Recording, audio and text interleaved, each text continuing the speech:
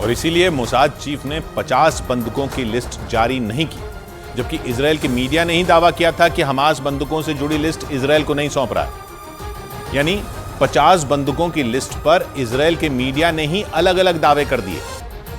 क्योंकि इजराइल के मीडिया के एक धड़े ने कहा कि हमास ने इजराइल को बंदूकों की लिस्ट ही नहीं सौंपी, तो वहीं इजराइल के ही एक अखबार हारेट्ज ने दावा किया कि मोसाद चीफ के पास 50 बंदूकों की लिस्ट है, लेकिन वो उसे सार्वजनिक नहीं कर रहे। उस अखबार ने तो ये तक दावा कर डाला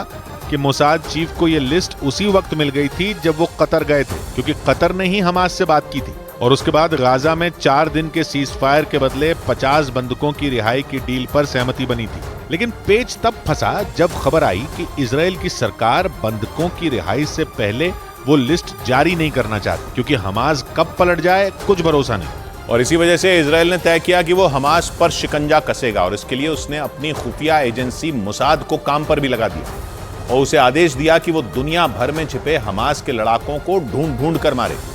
नेतन्याहू ने मोसाद को दिए इस आदेश की जानकारी खुद दी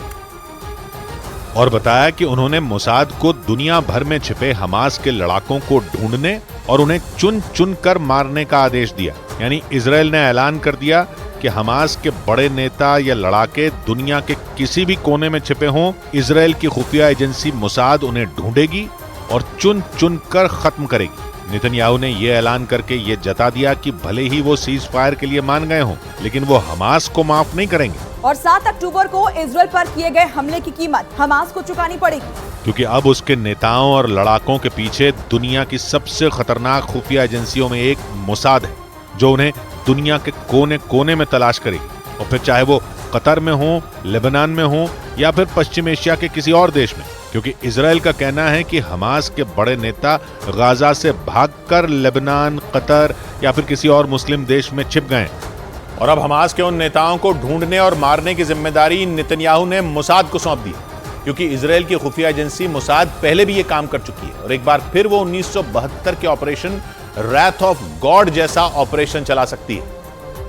क्योंकि मोसाद ने 1972 में ऑपरेशन रैथ ऑफ गॉड चलाया था और जर्मनी के म्यूनिक ओलंपिक्स में शामिल होने गए इजराइल के 11 खिलाड़ियों की हत्या का बदला लिया था, क्योंकि आतंकियों ने म्यूनिक ओलंपिक्स के दौरान इजराइल के 11 खिलाड़ियों की हत्या कर दी थी, जिसके बाद इजराइल की सरकार ने अपने खिलाड़ियों की मौत का बदला लेने का जिम्मा मोसाद को सौंपा था। और मोसाद ने ऑपरेशन रैथ ऑफ गॉड चलाकर यूरोप से पश्चिम एशिया तक उन आतंकियों को ढूंढ ढूंढ कर मारा था। और एक बार फिर मोसाद उसी राह पर चल सकता है, क्योंकि 7 अक्टूबर को इजराइल पर सबसे बड़ा हमला हुआ था और हमास ने इजराइल के 1400 लोगों का नरसंहार कर दिया था। और इसी का बदला लेने के लिए इजराइल की सेना गाजा पट्टी में घुस गई और 1.5 महीने से हमास के खात्मे के लिए जंग लड़ रही है। लेकिन अब इस जंग में इजराइल की खुफिया एजेंसी मोसाद की एंट्री हो चुकी है, जो गाजा पट्टी से बाहर हमास के नेताओं को निशाना बनाएगी।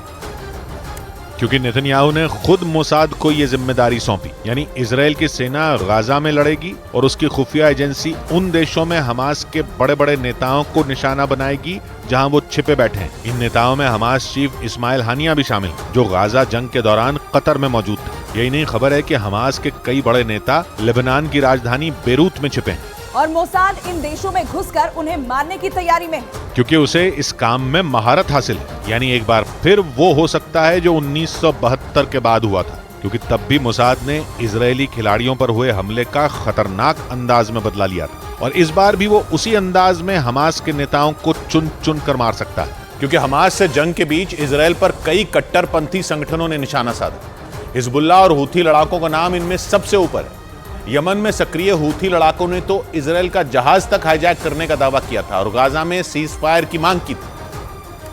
लेकिन जैसे ही खबर आई कि इजराइल गाजा में 4 दिन का युद्ध विराम कर सकता है, हूथी लड़ाके पलट गए। उन्होंने बयान दिया कि भले ही गाजा में 4 दिन तक सीज फायर हो, लेकिन इजराइल पर उनके हमले जारी रहेंगे, क्योंकि हूथी लड़ाकों का गाजा में सीज फायर से कुछ लेना देना ही नहीं है और इसीलिए वो इजराइल पर हमले जारी रखेंगे। यानी सीधे शब्दों में कहें तो हूथी लड़ाकों ने कह दिया कि गाजा में युद्ध विराम हो या ना हो, वो इजराइल से लड़ते रहेंगे और लाल सागर में इजराइल की मुश्किलें बढ़ाते रहेंगे। यानी हमास, हिजबुल्लाह और हूथी लड़ाके, ये तीनों इजराइल की नाक में दम करने के लिए तैयार हैं और इसीलिए इजराइल हर कदम फूंक फूंक कर रख रहा है। इजराइल ने खुलकर बोल भी दिया कि वो गाजा में सीज फायर के लिए माना है, लेकिन वो जंग नहीं रोकेगा, क्योंकि हमास केवल गाजा में नहीं बल्कि पश्चिम एशिया के कई मुस्लिम देशों में अच्छी खासी पकड़ रखता है और इसीलिए इजरायल की सेना और मोसाद दोनों मैदान में आ गए।